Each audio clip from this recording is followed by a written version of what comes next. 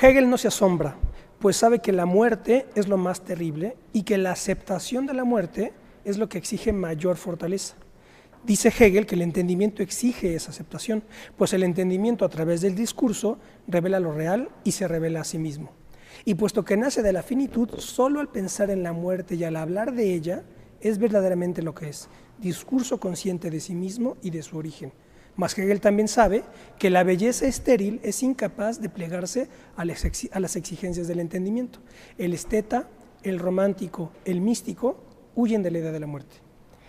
Esto lo dice Alexander Koyev en sus clásicas conferencias sobre la idea de muerte en Hegel, de 33 y 34, y las utilizo para introducir el tema que quizás sea de los más complejos de todos los que hemos hecho en Plaza de Armas, podríamos decir, porque se trata precisamente de la pena de muerte, de encarar la muerte y de tratarla filosóficamente.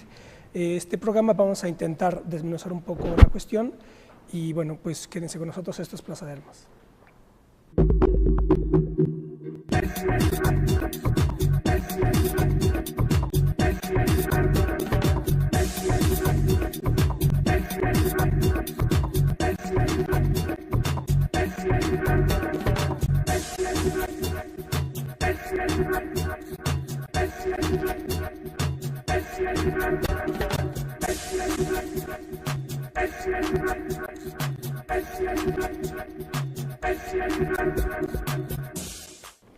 Hola, ¿qué tal? Qué bueno que están en otro programa de Plaza de Armas aquí por Capital 21. Les recuerdo nuestra página propia www.plazadearmas.tv y nuestro correo propio, correo electrónico plazadearmas21@gmail.com.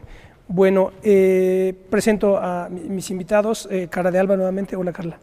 Hola, Ismael, mucho gusto y gracias por la invitación. Y nuevamente a mi querido amigo Omar Sánchez. Hola, Omar. Ismael, un gusto. Carla, igualmente. Nuevamente las perspectivas con las que tratamos el tema de maternidad subrogada, filosofía del derecho, bioética y un plano filosófico, no porque yo me las dé de filósofo, que no lo soy, pero estamos todos en esa perspectiva filosófica. Lo digo porque filósofo solo es el que tiene sistema filosófico, como yo no lo tengo. Pero en todo caso, ya lo que sí es cierto es que quizá este sea el tema más problemático de todos los que hemos hecho, porque trata precisamente de la pena de muerte. Ya con Omar hace ya como un año, y además si ustedes ven la página nuestra, ahí están todos los programas. Con Omar hicimos uno sobre derechos humanos, ética, moral y derecho, y más o menos ahí deslizamos un poco la idea, pero les cuento también que Carla está en la maestría de bioética en la Universidad Nacional Autónoma de México, está tratando precisamente con muchos problemas, de hecho, en el sentido de la aceptación del proyecto de tesis, el tema de la pena de muerte. Y bueno, como dice Hegel, según Koyev, pues es lo que exige mayor fortaleza, y lo que a veces pasa ahora que están todas estas polémicas y estas legislaciones, sobre todo, por ejemplo, en la Ciudad de México, en torno del aborto y la eutanasia, pues más o menos la gente se atreve a entrarle al tema. Pero la pena de muerte prácticamente nadie sabe, salvo el Partido Verde Ecologista, que como no me merece ningún respeto intelectual ni político, pues no podría invitar yo a nadie de aquí de ese partido, pero son los únicos que han propuesto como campaña electoral pena de muerte a secuestradores.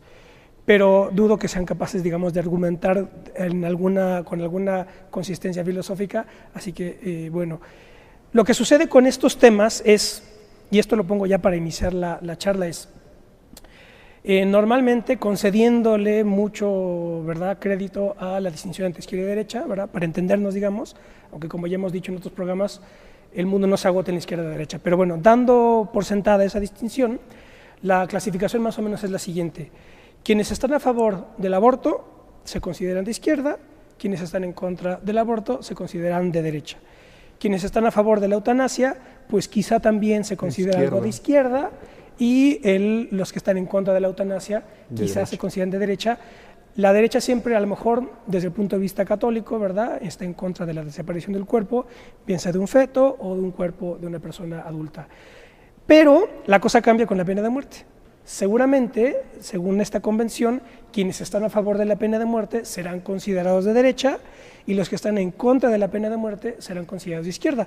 Pero ahí es donde todo el esquema de izquierda y derecha pierde consistencia de inmediato, porque, por ejemplo, en la tradición de la izquierda, pues la pena de muerte, empezando por Robespierre, llegando hasta el Che Guevara, pues toda la izquierda, sobre todo la revolucionaria, está vinculada con la muerte y con la pena de muerte revolucionaria, con la ejecución capital de traidores en una situación revolucionaria, que es un poco lo que Koestler, por ejemplo, analiza en El Cero y el Infinito.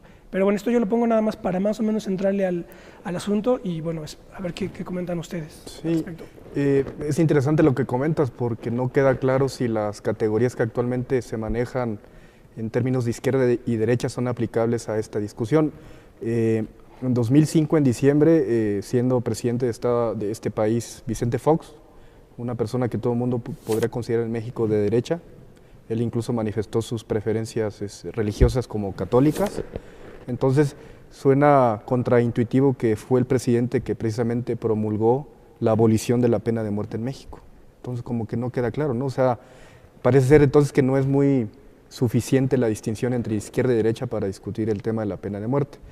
En 2005, y a partir del avance del supuesto humanismo democrático, que así se le ha llamado a esta tendencia en la cual todas las políticas públicas tienen que estar circunscritas a la protección y a la calidad de vida, implicaban por lo tanto que en todo régimen democrático de derecho la pena de muerte debe estar proscrita por ser un resabio de lo más primitivo del ser humano, y en ese contexto, digamos, fue que se aprobó la reforma.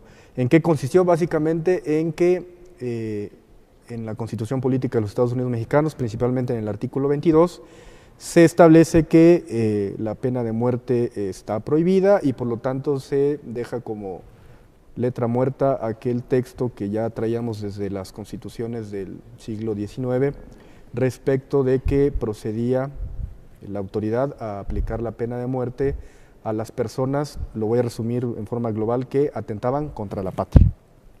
Es decir, que era concedida la pena de muerte si el Estado mexicano, y hay que remontarnos al siglo XIX para entender la lógica de esta disposición jurídica, encontraba a una persona traicionando a la patria, ¿no? Es decir, quizá negociando con alguna potencia extranjera, quizá interviniendo en asuntos que no correspondían a la política mexicana, de tal forma que el traidor a la patria, además del parricida, del salteador de caminos y el pirata, figuras que ahorita son figuras decimonónicas totalmente. Parecen figuras pues ya muy atrasadas y que no corresponden a la realidad, eran susceptibles de poder ser ejecutados aquí en México.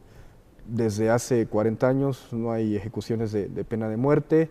Me parece que históricamente no tenemos también suficientes elementos como para discutir el tema, pero la realidad es que esa reforma, insisto, está inscrita en el tema del humanismo democrático y por lo tanto de los derechos humanos. Se piensa que es un gran avance en términos de derechos humanos porque el sistema jurídico mexicano, con sus fuentes nacionales y las internacionales, es decir, las declaraciones de derechos humanos, declaran proscrita la pena de muerte.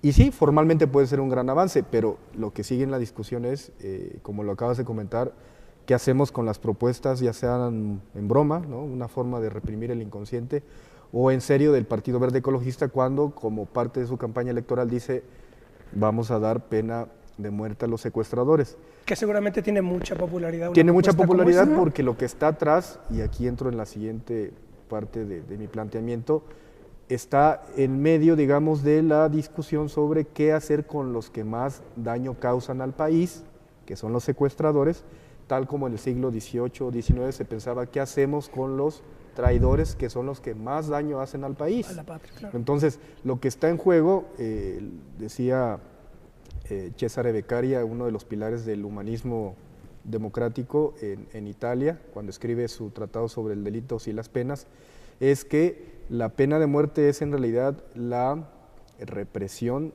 de la patria en contra de un individuo que le está causando daño. Traigamos eso al momento presente. ¿Qué significa actualmente la represión de la patria, de la sociedad en su conjunto contra una persona que le está causando daño? Yo pregunto, o sea, no en la sensación de la gente hay que los secuestradores, narcotraficantes, violadores y en general todo lo que es delincuencia organizada está causando un daño a la patria. Entonces, ahí quizá haya que encontrar una consistencia a la propuesta, ¿no? Más allá de que esté pensada en términos electorales, yo creo que sí sigue mucho en la discusión y repito, a mí me parece que la distinción entre izquierda y derecha en estos casos no sirve absolutamente para nada, porque lo acabo de poner como ejemplo histórico. Un presidente de derecha, del PAN, claro, votando supuestamente ese democrático, una reforma que termina la vigencia de la pena de muerte en México, ¿no? Aunque esta históricamente desde los 60 no se haya aplicado. Ok, bueno, y una cosa que yo encuentro, o sea, justo que estoy trabajando este tema, es que existe actualmente una contradicción flagrante entre este movimiento abolicionista, ¿no?, que es impulsado por Amnistía Internacional y que cada día busca sumar más países. Fundamentalmente por Amnistía Internacional. Sí, fundamentalmente, ¿no? Y que cada día busca sumar más países que en su sistema jurídico bueno, tengan abolida la pena de muerte. Sí. Pero, por otro lado, existen naciones, digo, de la talla de Estados Unidos y China, que no son entidades como despreciables, sino que son dos de las máximas potencias mundiales, culturales, políticas, económicas, y que lo tengan contemplado en su sistema jurídico. Entonces, más allá como de hacer caso omiso, creo que eso nos debe centrar como en el seno fundamental de discutirlo política, económicamente y jurídicamente sobre todo, porque la pena de muerte es una... bueno, entra dentro del sistema jurídico, pero a nivel internacional. Creo que es ahí donde cabe destacar que obviamente no es tanto la discusión sobre la pena de muerte como en esta vertiente de que se considera como una pena cruel, inhumana, una pena primitiva, sino que ver que más allá de eso, la pena de muerte es una unidad compleja que responde como para ejercer el derecho, ¿no? Ejercer el derecho, el Estado de Derecho y obviamente guarecer la seguridad social, ¿no? Ahí la cuestión tiene que ver precisamente entonces con digamos, yo creo que caída la Unión Soviética, la ideología de la democracia y los derechos humanos se convirtió en la ideología dominante y ya, como dices tú, ya izquierda y derecha, todo el mundo ya está plegado a esos principios y, por ejemplo, el tema de la pena de muerte en el contexto de los estudios de bioética es difícil, como que no la logran encajar, ¿verdad? Justamente, cuando es fundamental, o sea, justamente se discute y dicen, bueno, a fin de cuentas la pena de muerte no es un tema que interese a la bioética. Y dices, pero cuando justamente, o sea, si se está discutiendo sobre la muerte, y digo, ¿y qué mejor figura que esta de la pena de muerte, que tienes ahí toda una serie de dilemas éticos, morales, ¿no?, filosóficos, económicos, políticos, y que justamente yo creo que es un terreno muy fértil para discutir cuestiones que también entran en discusiones como muy polémicas sobre los derechos humanos, porque algo que se ve actualmente es que, y que creo que ese es como el principal problema para discutir el tema de la pena de muerte, es que por un lado el derecho está evolucionando de una manera, pero por otro lado los derechos humanos o la filosofía o los sistemas morales están evolucionando de otra manera y no encajan en el mismo, ¿no? O sea, no se discuten, haciendo converger como todos estas vertientes. Entonces, mientras por el lado del derecho, digo, porque hay que tomar como la pena capital, que básicamente es una pena que responde a un marco legal, ¿no?, a un marco jurídico. Entonces, principalmente esa tiene que ser a partir del derecho que se estudie la pena de muerte. Entonces, el derecho penal actual, justamente por estas problemáticas que mencionaba Omar, el hecho de la delincuencia organizada, los secuestros, el terrorismo, ¿no?, los problemas ecológicos, como que cada vez este tipo de problemas que actualmente existen, pero que anteriormente quizá no tenían el mismo impacto, se están tratando de resolver desde otra manera desde el derecho procesal penal. Entonces, lo que se busca en la actualidad es crear un derecho de intervención que justamente dice que lo que tiene que hacer no es tanto como buscar esta prevención en el delincuente, o sea, prevención para que no cometan delitos, sino que se busca tener penas eficaces, que realmente pongan fin como a estos índices de criminalidad y por otro lado que también reduzcan los costos de los sistemas penitenciarios. Uh-huh. Entonces justamente si nosotros vemos por el lado de los derechos humanos, el lado de Amnistía Internacional, que pugna porque los presos que están condenados a cadenas de prisión, a cadena perpetua o a penas de prisión, simplemente hay que cubrir como sus derechos, pero se está dejando de lado esta cuestión, tanto de reducir los costes como de tener medidas eficaces. Digo, el caso reciente, ¿no?, aquí en nuestro país, en Durango, que se salían los presos del Cerezo justamente por las noches y eran los mismos asesinos a sueldo y que iban y mataban personas. Digo, obviamente yo creo que en este país cabe mencionar qué papel jugaría la pena de muerte, ¿no? Más allá como de tratar de estudiar si es una pena cruel, inhumana, porque necesariamente no tiene por qué serlo, porque incluso podría ser la salida más digna que se le pueda ofrecer a un delincuente, por un lado, también pareciera que es la única manera efectiva y que realmente está aprobada para que se dejen de cometer delitos, ¿no? Uno de los principales argumentos que se utilizan para discriminar aborto y eutanasia sí, pena de muerte no, es, digamos, la conciencia individual. Entonces, el aborto pues es la conciencia de la mujer, ¿verdad?, de la madre, que decide sobre su cuerpo, es como se argumenta, o la eutanasia pues también es la persona, mientras sea ella quien decide morir, bien. Entonces, para discriminar la pena de muerte es que la persona no decide sobre su propia ejecución, cosa que está por comprobarse, porque no necesariamente todos los criminales que cometen crímenes horrendos, por ejemplo, un tipo que mata a 32 viejitas o viola a 15 niñas y luego las mata, no necesariamente él vaya a decidir que no quiere pena de muerte. Tú me comentabas de casos en los que se hacían encuestas a presos, no me acuerdo dónde. Por ejemplo, en los años 30, un penalista mexicano hace unas encuestas en prisión a homicidas diciéndoles cuál era su opinión sobre la pena de muerte. Y curiosamente los jueces votan en contra de la pena de muerte, pero los homicidas votan a favor. Y yo creo que ese es un punto que nos debería hacer pensar de otra manera, ¿no? Como el considerar a los presos como gente sin conciencia, ¿no? Claro, como imbéciles mentales. Imbéciles morales, claro. y mentales, ¿no? Que no son capaces de responsabilizarse de sus actos, porque el asunto ahí es la sociología te dice, con parte de razón, ¿verdad?, que el ser social, ¿verdad?, determina la conciencia, dicho con Marx, ¿verdad? Entonces, claro, el individuo es fruto de una circunstancia social, y el psicólogo pues también te dice un poco lo mismo, es el fruto de alguna de determinaciones biopsicológicas que determinan tus acciones.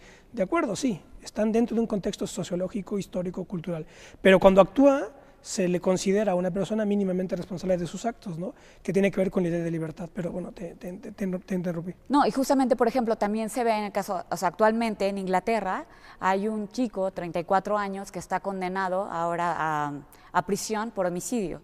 Y él desde prisión está filmando video, lleva actualmente 3 videos, donde él lo está pugnando porque se le ejecute.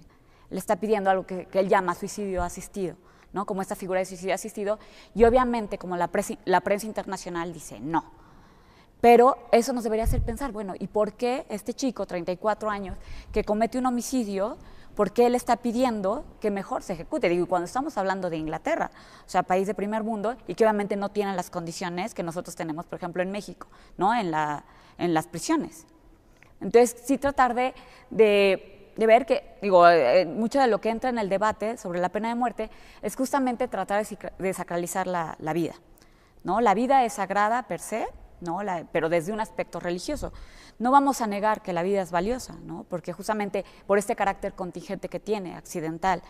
Pero si ese carácter ya está dado desde que podemos denominar vida, obviamente hay algo más que hace que esa vida valga más que otra. O menos, o deje de valer. Exacto, y justamente el valor que nosotros le damos a la vida radica no tanto en la vida misma, sino en el acto, o sea, lo que tú haces con tus acciones en esa vida. Pero justamente creo que lo rescatable, por ejemplo, ahorita que haces mención de Hegel, que a mí me parece importante, Hegel habla de una restitución, o sea, una restitución de la pena. Dice, justamente la pena de muerte, en el caso, por ejemplo, de homicidio, dice, solamente la pena de muerte dignifica a ese hombre que ha perdido su condición de humano, ¿no? Dice, solo con la muerte se le honra, ¿no? Entonces tienes por dos lados, porque aparte Hegel, y algo que me parece muy valioso, dice, por un lado no puedes negar como la restitución objetiva que se logra en el marco del derecho, pero por el otro lado también está esta restitución subjetiva, ¿no?, que hace que el sujeto se reconozca como un ser pensante, responsable de sus actos y que obviamente sujeto a racionalidades y que quizá por diversos factores comete cierto acto, pero que simplemente ahí se le da más valor a esta subjetividad, ¿no? Pero toma los dos marcos, porque de repente las teorías del delito se marcan mucho sobre toda la subjetividad, pero dejan de un lado toda la materia objetiva. Entonces de repente dicen, bueno, es que era pobre y no tenía que comer y entonces creció en un barrio donde se fundaba con gente mala. Pero y entonces dicen, la culpa es de la sociedad, entonces la cárcel es un hospital, el delincuente es un enfermo y la cuestión es reinsertarlo a la sociedad, ¿no? Exacto, y lo que decíamos, es un imbécil moral porque eres incapaz de reconocerlo como un ser pensante, ¿no?, y actuante. Interesante lo que plantea Carla, ¿no? No es un tema tan antiguo, o sea, la pena de muerte, insisto, es un tema muy real, muy actual, muy presente. Por un lado, discutir cuál es la finalidad de la pena, ya como lo ha esbozado Carla. Históricamente, filósofos de la talla de Sócrates, Platón, dijeron que la finalidad de la pena es algo análogo a lo que hace el médico con el paciente, ¿no? Un poco como comentabas con el tema del hospital. El médico prescribe una medicina al enfermo para que recupere la salud, y el juez hace exactamente lo mismo con el que ha violado la ley, le prescribe una pena para que recobre su estatuto de ciudadano. Lo mismo dice Hegel, ¿no? Varios años después, la pena tiene como finalidad, ¿no?, volver a atribuir a la persona el estatuto que pierde cuando se sale del marco del derecho, ¿no? Entonces, con la pena que se le impone, vuelve a recuperar ese estatuto, desde el punto de vista terrenal, ¿no?, con una pena de prisión, o en el mundo trascendente con la pena de muerte. Eso Omar, por un lado. Déjanos hacer un corte y nos quedamos con esto y volvemos ahora mismo. No se vayan, estamos tratando de desmenuzar un poco la idea de pena de muerte o pena capital.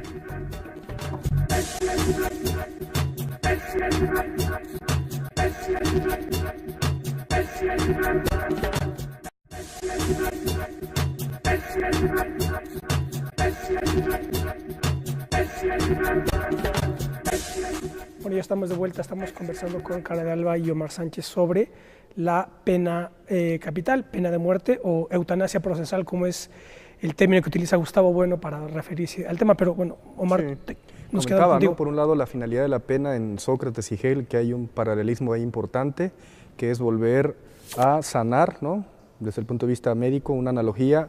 La imposición de la pena implica poner en salud otra vez a la persona, lo mismo que hace Hegel cuando dice que la pena tiene como finalidad otra vez atribuir el estatuto de persona a quien lo ha perdido con la violación de la ley. Y por otra parte, en el más moderno sentido de la discusión sobre política criminal, se dice que la pena tiene quizá dos vertientes, ¿no?, que se han estado discutiendo en los últimos años. Por un lado, el fin retributivo que nos lleva a la ley del talión, ¿no? La ley del talión te dice que, pues, ojo por ojo, diente por diente, entonces por lo tanto quien mata pues tiene que ser matado, ¿no?, porque hay una correspondencia entre el daño causado y la retribución que se hace por ese daño. Y la otra vertiente pues se aleja mucho de ese retribucionismo y busca más un fin preventivo de la pena. Y aquí se distinguen dos cosas, ¿no?, la prevención especial y la prevención general, que ya también la encontrábamos en la discusión que había tenido Sócrates con Protágoras sobre la discusión de las virtudes. Por un lado, la prevención especial te dice, se impone la pena al delincuente para evitar que él mismo vuelva a delinquir. Sí. Y la prevención general es el mismo principio, pero aplicado a la sociedad. Se impone la pena al delincuente para evitar y que todos los demás ciudadanos se disuadan de cometer delitos. Bajo ese supuesto, lo que está en discusión actualmente en la moderna política criminal es si la pena, digamos, funciona o no para disuadir el delito. Y estadísticamente casi todos están de acuerdo que no. Entre más han ido aumentando las penas, menos bajan los delitos. Entonces, ¿qué es lo que hay que hacer ante esa circunstancia? Porque los que propugnan por la pena de muerte, ante la evidencia de casos que están sin resolver, lo que dicen es, pues vamos a imponer una pena mucho más alta para que el ejemplo sirva para que se disuelva el delito. Y aquí están enfrascados los que están a favor y en contra en guerras de cifras, ¿no? Los que están a favor de la pena de muerte han demostrado que efectivamente está logrado reducir delitos, y por otra parte los que están en contra pues también tienen la misma postura, ¿no?, que la imposición de la pena de muerte en estados de los propios Estados Unidos a nivel estatal no ha servido para nada para que se disuelva el delito. Al contrario, ¿no?, las tasas de criminalidad han ido para arriba. Pero en resumen, aquí lo que está en discusión es qué finalidad tiene la pena en México, ¿no?, porque por un lado estamos discutiendo sobre la responsabilidad que tiene el Estado para mantener las cárceles y para aplicar la readaptación social de los delincuentes.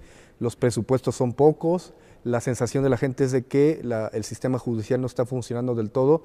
Entonces, aquí me parece que hay que discutir un tema desde el punto de vista consecuencialista y que tiene que ver con si los costos son más importantes que la utilidad, pues por lo tanto también hay que incorporar esa perspectiva a el tema de la pena de muerte, porque resulta que mucha gente tiene la idea, ¿no?, desde un punto de vista de un discurso privado, no lo van a decir en público evidentemente, pero la gente, repito, en general piensa que estaría mejor un delincuente, como mencionó Carla en el caso de Inglaterra, muerto, ¿no?, que evitar estar sufriendo en las cárceles como se hace actualmente. Entonces, el tema de los costos, de la utilidad, el utilitarismo al que ya se referían a autores como Jeremy Bentham o John Stuart Mill, vuelve a estar en la discusión porque ¿qué vamos a hacer con la pena? Insisto, o sea, ¿la pena está funcionando, sí o no? Y si no funciona, ¿qué tiene que suceder? Evitamos, digamos, las cárceles, sacamos a todos los delincuentes, claro, como prácticamente ya se ha hecho, a las calles, construimos cárceles verticales, hacemos modelos de cárceles como hoteles, ¿no?, de carácter con calidad de vida, con buena habitabilidad, etcétera. Los presupuestos son pocos. Me parece que esta es una discusión sobre la pena de muerte, además del enfoque de bioética, ese es el punto de vista de política criminal, jurídico, sociológico, político, y en última instancia está en discusión lo que mencioné al principio, el que la sociedad en su conjunto, en un acuerdo general, trata de que el delincuente no le cause más daño, ¿no? Y ese principio ha estado históricamente en toda la humanidad. No es un tema de primitivos, ¿no? O sea, no es que claro, se ve del tema, ¿no? Porque dicen, bueno, el verde es que los del verde están locos, ¿no? Para mí no están tan locos porque han planteado el tema. Otra cosa, repito, es lo electoral, pero de que hay necesidad de discutir cuáles son las aristas del tema, me parece de la suma importancia, pues, y espero aquí que se puedan dar algunas claves, ¿no? Dice Gustavo Bueno en la parte precisamente de panfleto contra la democracia realmente existente, en una parte dice, la pena de muerte como una contradicción no resuelta en la democracia, que tiene que ver precisamente con esta pliegue en el que ya están todo el mundo, izquierda, derecha, con la idea de la democracia como el fin de la historia. Dice, hay que dejar de lado, dice Gustavo Bueno, por supuesto, ese tipo de argumentación indocta y puramente retórica que condena a la institución de la ejecución capital tachándola de arcaica o medieval, como si Suárez, Soto, Kant o Hegel hubieran vivido en la Edad Media. Una sociedad civil que permite reintegrar en su seno, esta es la clave del asunto, una sociedad civil que permite reintegrar en su seno a un individuo que asesinó con tiros en la nuca a otro ciudadano, que forzó a mujeres o niñas y las asesinó tras haberlas violado, es un individuo que ha cometido actos físicamente posibles, pero cuya posibilidad ética y moral debe rechazar la sociedad, si no quiere envilecerse en su propio agnosticismo. Se trata precisamente de evitar que el criminal siga viviendo, dice Bueno, y sobre todo de evitar que pueda ser rehabilitado psicológicamente. Aquí está metiéndose con todo, y siendo políticamente incorrecto, con los argumentos que están incesantemente diciéndose. No, es que hay que rehabilitarlo porque la culpa es de la sociedad. Dice, no. Dice, ni siquiera se trataría tanto de ignorar la posibilidad de una rehabilitación psicológica del criminal horrendo, de una reintegración del criminal a la sociedad de personas, porque de lo que se trata precisamente es de postular la imposibilidad real de que el criminal horrendo pueda ser reintegrado. Se trata, y esto está subrayado, precisamente de evitar que el criminal siga viviendo y sobre todo de evitar que pueda ser rehabilitado psicológicamente y socialmente olvidando su crimen, puesto que sería precisamente esta rehabilitación la que demostraría que en la sociedad democrática todo está permitido. Esa es la cuestión. O sea, que el argumento de reinserción, o sea, tú tienes un criminal horrendo y además confeso, y como está abolida la pena de muerte, dices no lo podemos ejecutar porque tiene derechos humanos, etcétera. Vamos a someterlo a una pena determinada con terapias psicológicas y luego intentamos reinsertarlo socialmente. Y lo que dice, bueno, eso significa que la sociedad puede permitirlo todo y se está envileciendo la propia sociedad al permitir que eso suceda, que es un argumento fuerte que tira en el blanco, da en el centro del argumento de la reinserción social del criminal, etcétera. Pues justamente cuando hablan de la pena de prisión, de la pena de muerte como una pena cruel e inhumana, y cabe hacer mención de, bueno, ¿qué consideran inhumanas? Si no se consideraría inhumano como estas penas de prisión que están pugnando, ¿no?, los reos, y que ahora se tiende justamente a que pasen más tiempo en prisión, como si eso de alguna manera solucionara el conflicto, ¿no? Y por otra parte, justamente eso, o sea, preguntarnos, que es como la pregunta que yo he lanzado en mi tesis sobre la reflexión de la pena de muerte desde la bioética, y que es justamente ver si la pena de muerte desde la bioética puede considerarse éticamente justificable, ¿no? Porque dice, ya no es solamente si es éticamente justificable para el reo o incluso para la sociedad en su conjunto, ¿no?, que permite que alguien con estas características siga viviendo como en esta sociedad, ¿no?, y que nosotros lo permitamos, que justamente deviene en eso, como en este envilecimiento, ¿no?, y de la conciencia colectiva. Y la idea también, pues, de la dignidad, ¿no?, que se dice, no, es que la pena de muerte es indigno para una persona, y yo no necesariamente es así. Pensamos, de hecho lo comentamos preparando el programa, la foto clásica de Furtino Saman, Sámano, que es este revolucionario zapatista, que está siendo fusilado, lo toman preso en el contexto de la Revolución Mexicana, y me hace pensar en lo que dice también Hegel, dice, la muerte voluntariamente afrontada, la muerte, en una lucha negadora, es precisamente la realización y la manifestación más auténtica de la libertad individual absoluta. Vean ustedes ahora la imagen de Furtino Sámano y vean si no tiene dignidad el hombre encarando a quienes lo van a fusilar, porque está conscientemente, con toda conciencia, sabe que está a punto de morir, pero por una negación, diría Hegel más abstractamente, pero por una causa, digamos. Él va a morir conscientemente por una causa que él asume con toda la plenitud de su conciencia. Y es ahí donde, según diría Hegel, se manifiesta toda su libertad. Es decir, la vida solamente tiene sentido, podríamos resumir, en el momento en que sabes aquello por lo cual estás dispuesto a morir. Claro. Sí, que Schopenhauer también retoma esto. El acto mismo de la voluntad es el suicidio, ¿no? Cuando se materializa la suma voluntad, la voluntad a sí misma cancelándose.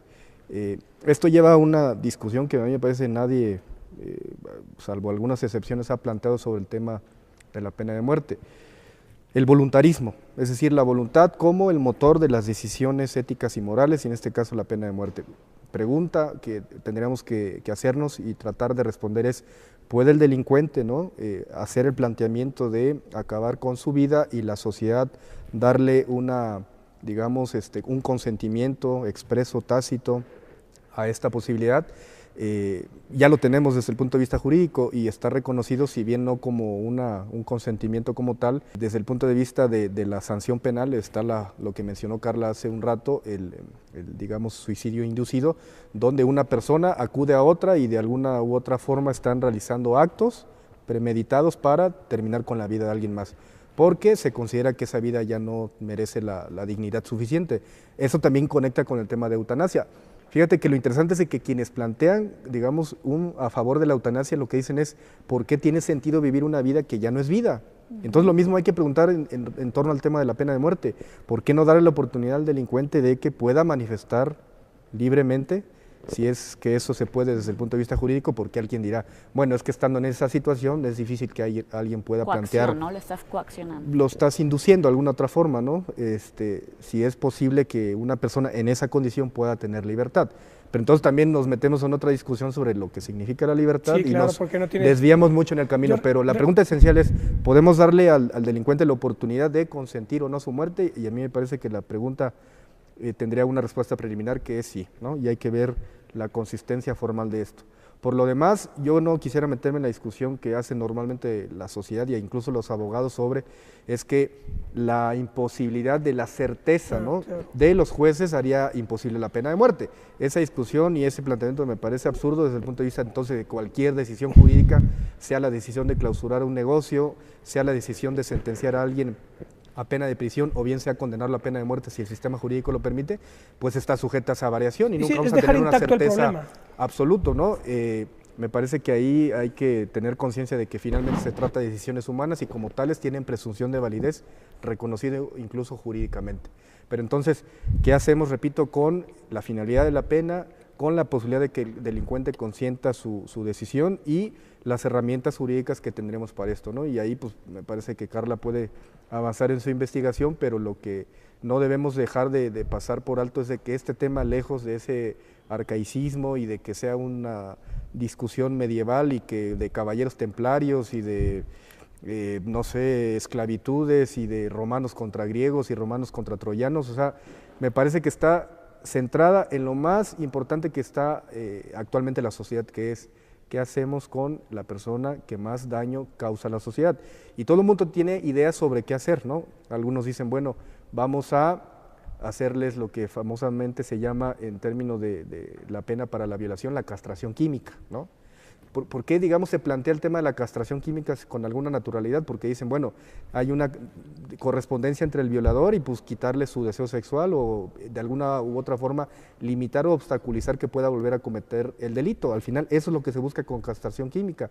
Y ahí va la discusión, tenue, pero ahí va. Y el tema de pena de muerte, pues como que lo dejamos en el cajón del olvido. Y no pasa así porque la mitad de las naciones civilizadas, que pues, parece ser que somos todos, permiten la pena de muerte. muerte. Entonces, empezando por Estados Unidos. Estados Unidos, naciones supuestamente del mejor nivel como Suecia, ¿no? Tienen pena de muerte. Tienen pena de muerte. Entonces, como que no está circunscrita a esta discusión arcaica, es en realidad un tema moderno, no es un tema del modernismo democrático, porque pues digo, como mencionó Carla, ¿no? Esta Amnistía Internacional está empujando que todas las constituciones del mundo y tratados proscriban la pena de muerte, y este empuje pues tiene una consecuencia, que los tratados internacionales dicen que una vez que se proscriba la pena de muerte, esta no puede ser reimplantada en un sistema jurídico. Entonces, jurídicamente actualmente los que digamos están a favor de la pena de muerte tienen que saltar ese tema jurídico, ¿no? Ya no se puede reactivar. Pero bueno, más allá de lo jurídico sabemos que a veces la realidad... ¿Pero por qué ya no se puede reactivar? Porque hay tratados internacionales desde los 60s, ¿no? Y la propia Declaración Universal de Derechos Humanos que establecen el principio de que la pena de muerte es una pena inhumana, cruel, que no tiene sentido en las naciones democráticas, y que el avance debe ser precisamente en que más y más naciones se sumen a proscribirla. México ya lo ha hecho. Entonces México tendría dificultades para volver a reimplantarla, porque si hiciera eso, todos los organismos internacionales dirían que está violando su normativa tanto nacional como internacional. Y justamente creo que el tema se puede rescatar desde este derecho de intervención, ¿no? Que es el que está evolucionando. Que justamente decíamos, si lo que se busca es efectividad de las penas, ¿no? Y disminución de los costes, creo que vale la pena como considerar el punto, tratarlo desde todas estas vertientes que ya platicaba Omar, ¿no? El sistema, o sea, reconocer que hay una sobrepoblación penitenciaria, que cada día, o sea, los recursos que se destinan a prisión, normalmente como tienen que incrementarse justo por esta sobrepoblación, pues obviamente son recursos que se le tienen que quitar a otras áreas, ¿no? Como educación, como salud, y que obviamente eso va a incidir forzosamente justo sobre los índices de criminalidad, ¿no? Que en una sociedad que no hay educación, que no hay oportunidades, que no hay trabajo, pues tienden a incrementarse. Entonces creo que por ahí puede ser el rescate. Y por otra parte, ya lo que he encontrado es que dicen, para discutir el tema de la pena de muerte, que resulta así de primera instancia un tema bastante controversial, hay que reconocer que se pueden tomar dos posiciones. Dice, y la primera es que tenemos como actitudes prerreflexivas. Sé que eso significa que tomamos posturas, ¿no? Son meramente opiniones, pero que no se basan en ningún razonamiento, que en realidad nunca nos hemos cuestionado sobre el tema, no nos hemos preguntado, no nos interesan las razones que se nos dan a favor o en contra, claro. Y tampoco nos interesa explicarlas, ¿no? Explicar nuestras propias posiciones. Y que obviamente toda esta opinión está creada a partir de nuestra educación, de nuestra religión, ya sea el gurú, el maestro, los amigos, ¿no? Y que es a partir de donde nosotros empezamos a formarnos una supuesta opinión. Y por otro lado está esta segunda actitud, que es justamente si realmente se interesa discutir el tema, entonces ya está, obviamente la discusión se va a centrar sobre los medios y los fines, ¿no? Que es en donde podemos ya entrar a los argumentos, discutirlos, desmenuzarlos y ver hacia dónde tendemos, ¿no? Hacia dónde, qué se puede rescatar, qué se puede ver. Algo que a mí me pareció interesante justamente para pensarlo desde el campo de la bioética es que yo decía, se tiene que establecer la dialéctica entre las nociones de vida y muerte. Entonces, en bioética se está justamente tratando de discutir como qué es la vida, ¿no? Se trata de responder qué es la vida, ¿no? ¿Por qué una vida es digna cuando se considera calidad de vida? Y yo decía, bueno, justamente a mí me costó trabajo entrar al tema, pero yo decía, si se está discutiendo forzosamente, o sea, la idea esta de vida digna, ¿por qué no pensarlo desde el otro lado? O sea, digo, ¿y qué valor, o sea, tan contrapuesto como puede ser la muerte? Entonces creo que el problema es que no se puede hablar la muerte como algo malo, o sea, porque si la muerte no necesariamente es un mal, sino que incluso es un bien. Eso lo cita Cicerón en sus Disputas Tusculanas, ¿no? Sí. Que habla sobre el desprecio de la muerte. Y de repente también pensar, que dices, bueno, creo que el problema es que estamos tomando las nociones de vida y muerte como valores absolutos, claro, que son intocables, que son sagrados y que solamente se insertan en el marco de la religión, pero que debemos, y creo que es donde tenemos que hacer hincapié, que se tienen que adjetivar esos conceptos.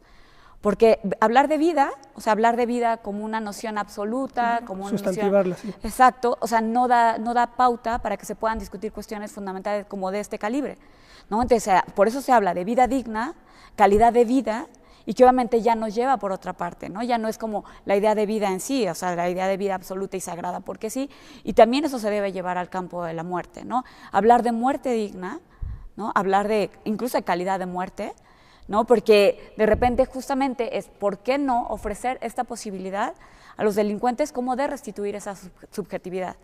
que yo creo que más de uno, digo, justamente esto que mencionábamos en Inglaterra o que mencionábamos en estas encuestas en México, y que de repente pensar, ¿por qué no dar esta oportunidad? Quizá como decía Omar, a lo mejor sí se sienten, porque esa es la discusión, ¿no? Por lo menos en bioética, y que dicen, es que si tú lo ofreces como un marco de posibilidad, ellos se sienten, pues, porque tú los estás coaccionando, no están ejerciendo su libertad, pues es bueno, en este país, como pensar que realmente somos libres, es también como una utopía. No, bueno, pero pensar claro, que puedes extender quizá un poco más este campo de, o sea, quizá tienes libertad limitada y se puede extender un poco más, que creo que eso sería como la propuesta, ¿no? Claro. Vamos a hacer otro corte más, no se vayan, estamos hablando sobre pena de muerte.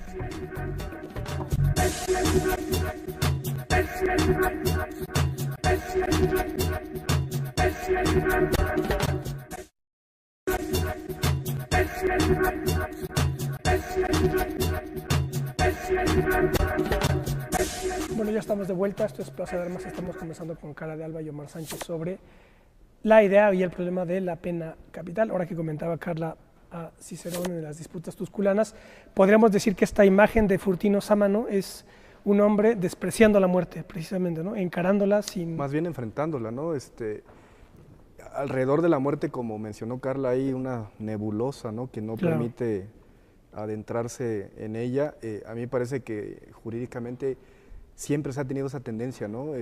A que la muerte, dado que está enfrentada con la vida, pues tiene que hacerse un tipo de eufemismo o reprimir, ¿no? El lenguaje directo con el que se habla de la muerte, pero no lo es tal. O sea, el valor absoluto que podría pregonarse acerca de la vida jurídicamente y desde el punto de vista ético no existe, lo reconocen los propios jueces, y jurídicamente tenemos ejemplos varios.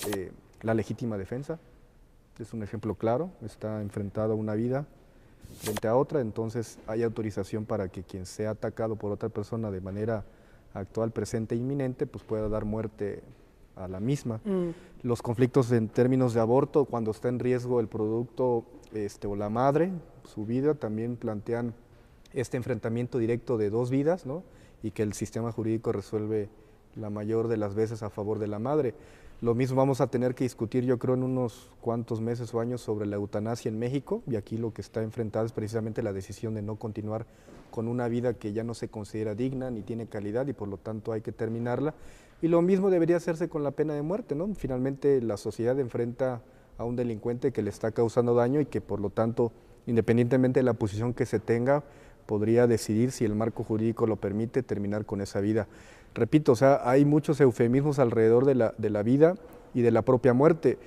Fíjate, alguna tendencia un poco quizá hipócrita del avance del humanismo democrático, como le he llamado, es de que por un lado están tratando de que los derechos humanos permeen en todos lados, ¿no? Y entonces respetar los derechos humanos y fortalecerlos es una muestra de esa, una gran virtud, ¿no? De las sociedades.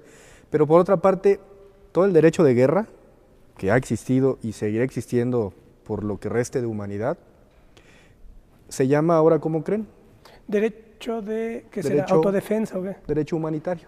Ah, claro, sí. Entonces, con Guerras esta misma... sí. Al final lo que está en lo real, ¿no? Lo que se vive, pues es el enfrentamiento de naciones con sus individuos, ¿no? Por una posición económica, ideológica o política, pero ya no más llamarle derecho de guerra, ¿no? Porque esa es una cuestión arcaica. Ahora, eso mismo que sigue existiendo, pues se llama derecho humanitario, ¿no? Es una buena palabra, digamos, para poder sublimar eso que es la guerra. Y lo mismo pasa con otras muchas discusiones, ¿no? Lo mencionamos, la tortura, pues ya no va a ser tortura, se llama presión física moderada, ¿no? Claro. Entonces sí es cierta presión, sí es física, pero no es tan excesiva, ¿no? Tiene que ser moderada.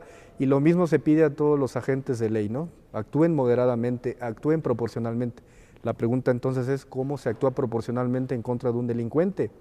¿Lo recluimos? ¿Lo liberamos? Porque aparte el humanismo pregona ciertas cosas. No criminalicemos afuera de la sociedad ni dentro de ella. Dentro de ella, digamos, con todos los paradigmas de educación, de hospitales, de salarios, etcétera. Reinserción. Reinserción en general. Y cuando se trata de cárceles, pues bueno, habría que evitar en lo más que se pueda la pena, porque esta ya vimos que no está funcionando. Entonces hay que buscar medios alternativos de solución de los conflictos. Entonces aquí la discusión nos llevaría evidentemente a otro tema, pero a mí lo que me parece es que hay que denunciar por informal la idea de que la vida no está sujeta a discusión. ya ha estado sujeta a discusión con los ejemplos que he puesto, y la pena de muerte debe estarlo en el contexto de que lo que se trata es de ver qué hacemos con el delincuente. Lo reinsertamos, le damos otra vez dignidad, le permitimos que él decida, porque históricamente se han documentado muchos casos de delincuentes que al final se arrepienten y dicen, ya retroactivamente estoy consciente de que yo merezco la pena de muerte por los hechos que cometí. Ellos mismos se dan cuenta. Habría que preguntarles a los psicólogos cuál fue la variación del caso para poder, por un lado, hace 20 años haber cometido infinidad de crímenes y 20 años después, a punto de que van a ser ejecutados, ellos acepten esa pena que se les va a imponer. Entonces me parece que no es un tema que deba desplazarse, hay que enfrentarlo, un poco como le pasa en esta película donde un soldado sueco, cuando estamos en la peste negra, el séptimo sello de Ingmar Bergman, enfrenta a la muerte, ¿no? Entonces la muerte se le presenta y le dice, bueno, pues vengo por ti. Y él, lejos de esa actitud timorata de, bueno, ya vienes por mí, no me quiero ir, dice, bueno, está bien, vienes por mí, nada más que vamos a enfrentarnos en una partida de ajedrez. Si te gano, me dejas vivir, si pierdo, me voy contigo. Y al final, pues bueno, esta es la idea de lo que debe suceder, creo, con la pena de muerte, ¿no? Enfrentarla, dilucidar en una partida de ajedrez qué es lo que está pasando con ella, porque lejos de esto que hemos estado haciendo, que es desplazar el problema, me parece que hay que enfrentarlo. Una partida de ajedrez filosófica, que al final sí, es, ¿no? De ideas. De ideas, claro. Y que justamente revalorizar este concepto de muerte, ¿no? Porque dicen, a fin de cuentas todos tratamos de calificar la muerte como algo malo. Dice, la muerte no podemos decir si es algo bueno o es algo malo, porque en realidad es un hecho incognoscible, ¿no? Lo único que sabemos de ella es que hay una destrucción física y que meramente se basa en esta destrucción química, orgánica, y que prácticamente es como el único hecho fehaciente, ¿no? Más allá de decir, bueno, que el espíritu asciende, que si reencarnamos en otra persona, y que incluso hay testimonios, por ejemplo, yo creo que revalorizando esta idea de muerte, incluso de pena de muerte como una salida más digna, o sea, la salida más honrosa posible, que incluso hay testimonios en los corredores de la muerte cuando después de, o sea, los familiares de personas que han sido sometidas a esta condena, después de 3, 6 meses están dando su testimonio y diciendo, yo realmente lo sufrí, me sentí triste por este familiar, pero sin embargo, con el tiempo me he dado cuenta que fue la mejor vía posible. Creo que hoy, o sea, tanto él como nosotros como familia estamos tranquilos porque justamente ya no vives con esta preocupación de saber cómo le está pasando a alguien, ¿no? En la prisión. Entonces, como que también escuchar esas voces y no solamente centrarnos como en estos eufemismos, ¿no? Que acaba de citar Omar. Gustavo Bueno hace la distinción entre individuo y persona. Entonces dice, todos tenemos una individualidad corpórea, pero no todos son personas, en el sentido de que persona es una figura histórico-cultural que implica atributos atributos que se adquieren dentro de una sociedad determinada, según sus costumbres, su moral y sus leyes.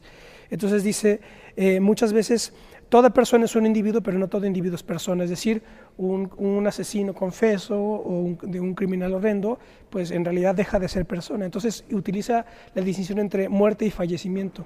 Un individuo muere, pero a lo mejor la persona fallece mucho antes, es decir, deja de ser persona ya porque es un imbécil moral o es un tipo que no es capaz de reconocer los crímenes que ha cometido. Entonces, por ejemplo, ahí hace esa distinción muerte-fallecimiento, individuo-persona, para más o menos poder entrarle al tema de la pena capital, ¿no? Así es. Sí, eso que mencionas es importante. Jurídicamente, la persona que está sentenciada y condenando una pena de prisión, otra cosa, digamos, en medio a discutir también será la finalidad de las cadenas perpetuas, que se ha puesto como una razón, digamos, en medio, ¿no? Entre pues, la pena de muerte y la ineficacia de la pena, ¿no? Pero al final lo que está en discusión aquí es que el delincuente de alguna otra forma, desde el punto de vista filosófico y jurídico, pierde su estatuto de persona porque no puede votar, pierde sus derechos políticos, derechos de carácter civil. Entonces, desde el punto de vista jurídico, no estamos enfrente de una persona, estamos enfrente, como dices, de un individuo que pierde todo su estatuto de carácter humano, por lo que implica la operación en la vida diaria, que es dirigirte a donde quieras, comer lo que quieras, ver la película que tú quieres. Eso está cancelado para una persona que está en prisión. Entonces, muchas de las valoraciones que hacemos en la vida tienen que ver precisamente con las posibilidades que podemos realizar. Si esas posibilidades no se dan, no hay libertad, no hay calidad de vida. Da lo mismo estar en la cárcel o fuera de ella si es que esas posibilidades no se dan. Entonces aquí me parece que lo que tenemos que discutir muy a fondo es si la finalidad de la pena, repito, es la reinserción social, ver si esa se está logrando, si la finalidad de la pena es que las personas adquieran su estatuto, ubicar las mejores estrategias para esto y al final, si esa estrategia funciona, incorporar o no la pena de muerte, pero no entrarle al tema de la pena de muerte como normalmente se hace como un tema sacro y por lo tanto religioso, y que cualquier atentado que se haga a una vida pues parece inviable desde el punto de vista ético y axiológico. He mencionado ejemplos, no siempre se da así. El caso típico desde el punto de vista jurídico es la legítima defensa. Una persona tiene autorización a aniquilar a otra cuando está atacando mi propia vida. Y esto, bueno, independientemente del proceso jurídico que se lleve, me parece que pone en esta tela de juicio qué valor debe tener la vida en todos los casos como un principio absoluto y que no puede tocarse. Sí, en este sentido también de la distinción, olvidé decirlo, de la individuo-persona, la decrepitud corpórea se corresponde también con la decrepitud ético y moral, ¿no? Ética y moral, que es donde la persona fallece cuando, ¿no? Cuando actúa o no reconoces te reconoces incluso responsable de los actos que cometiste, pues ahí falleces como persona, ¿no? Pero bueno, se nos va el tiempo. ¿Quieren hacer algún comentario? Bueno, yo lo único, ¿no?, que destacar, que ya que tocamos que son varios los ejes que tienen que converger para discutir el tema de la pena de muerte, justamente tratar de crear, ¿no?, como una fundamentación filosófica, teórica, seria, que obviamente impida que se use este tema con fines partidistas, ¿no?, electoreros, y que por otro lado es posible que el tema no se discuta como con todas estas vertientes, con esta apertura, justamente porque el discutirlo y el reconocer que incluso puede ser una opción viable y éticamente correcta, ¿no?, éticamente más aceptable que la pena de prisión, es también denunciar que el Estado de derecho, o sea, impuesto, está fallando. Entonces el Estado no está haciendo su trabajo y justamente el ejecutar personas, ¿no?, aceptando o reinstaurando la pena de muerte es aceptar que el Estado ha fallado. Entonces justamente creo que ahí va a estar como la problemática de por qué no lo hace. Pero ¿no sería más bien que el Estado se afirma? Bueno, sí se reinstaura, pero justamente por eso el Estado no quiere hacerlo. Por eso el gobierno no discute el tema, por eso es políticamente incorrecto. Correcto. Porque hacerlo es destacar justamente eso, de por qué hay criminalidad, por qué está aumentando los índices, por qué tenemos sobrepoblación penitenciaria y por qué los delincuentes no son reinstaurados, rehabilitados, y todas estas funciones que se tratan de atribuir, ¿no? Creo que es una denuncia fuerte, creo que el Estado también por eso como tiene imposibilidad, no sé, es una imposibilidad pareciera voluntaria para entrarle al tema. Sí. Sócrates, a través de Platón, mencionó en varios de los diálogos, no todo dolor es una pena, porque los sofistas a los que se enfrentaba Sócrates analogaban lo que es el placer con la virtud y el dolor con el sufrimiento y por lo tanto con el vicio. Y Sócrates les demostró que no todo dolor es un vicio, que a veces el dolor nos lleva a la virtud. Y hay que preguntarnos entonces si el dolor que está sintiendo el delincuente no lo podemos transformar en una virtud. Que lo que decía él, que es preferible sufrir un delito que cometerlo, ¿no? Y por eso al final Sócrates pues decidió enfrentar su muerte, no la evadió como muchos desafortunadamente hacemos. Nos quedamos con esa idea que es perfecta para cerrar la escala filosófica en la que estamos intentando desmenuzar un poco el problema tan complicado de la pena capital. Espero que haya sido de su interés y nos vemos la próxima. Gracias, Omar. Gracias, Carla. Gracias a ti, Ismael. Carla, un gusto. Igualmente. Y nosotros nos vemos la próxima. Hasta pronto.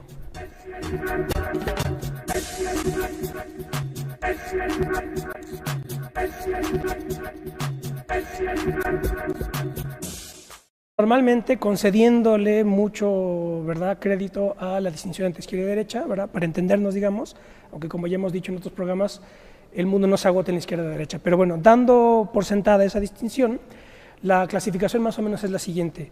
Quienes están a favor del aborto se consideran de izquierda, quienes están en contra del aborto se consideran de derecha.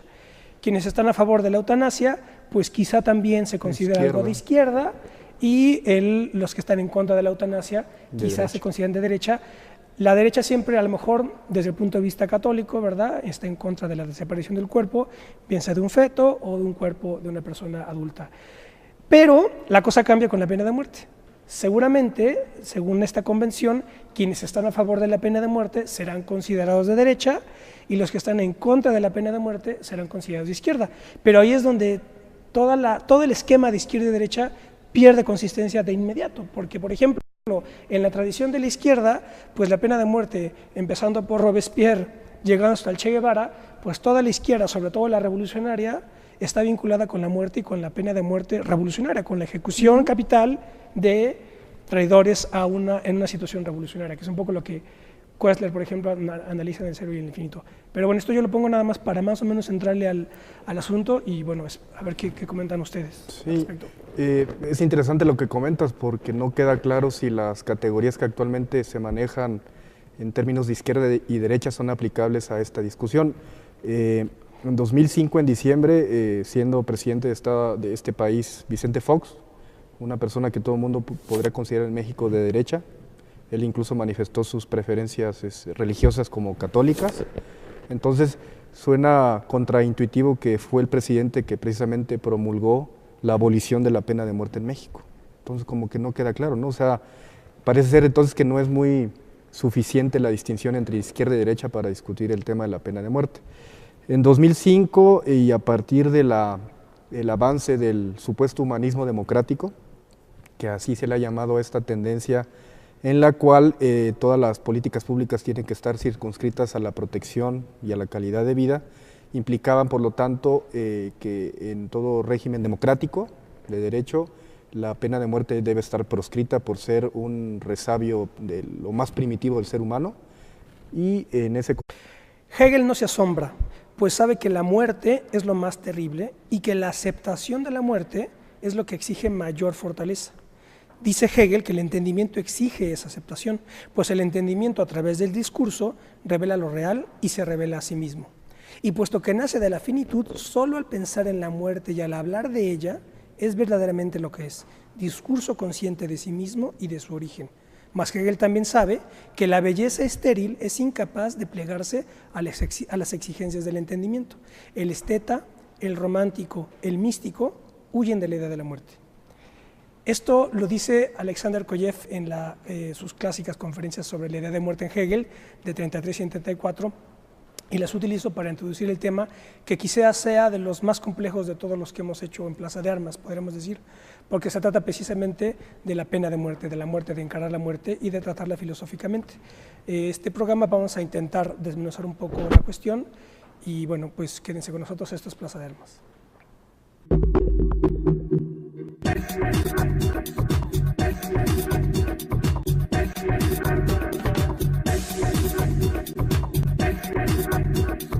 Hace ya como un año, y además si ustedes ven la página nuestra, ahí están todos los programas. Con Omar hicimos uno sobre derechos humanos, ética, moral y derecho, y más o menos ahí deslizamos un poco la idea, pero les cuento también que Carla está en la maestría de bioética en la Universidad Nacional Autónoma de México, está tratando precisamente con muchos problemas, de hecho, en el sentido de la aceptación del proyecto de tesis, el tema de la pena de muerte.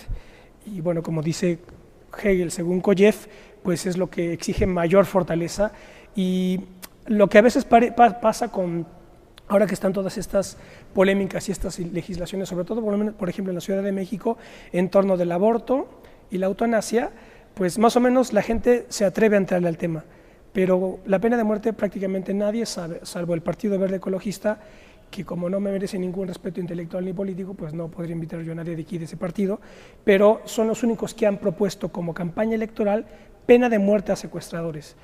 Pero dudo que sean capaces, digamos, de argumentar con alguna consistencia filosófica, así que, bueno, lo que sucede con estos temas es, y esto lo pongo ya para iniciar la charla, es...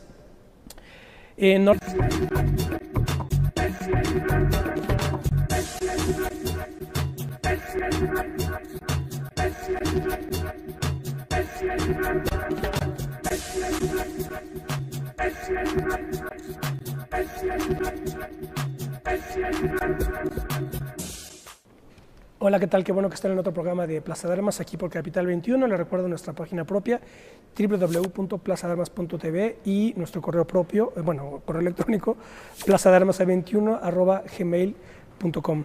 Bueno, presento a mis invitados, Carla de Alba nuevamente. Hola, Carla. Hola, Ismael, mucho gusto y gracias por la invitación. Y nuevamente a mi querido amigo Omar Sánchez. Hola, Omar.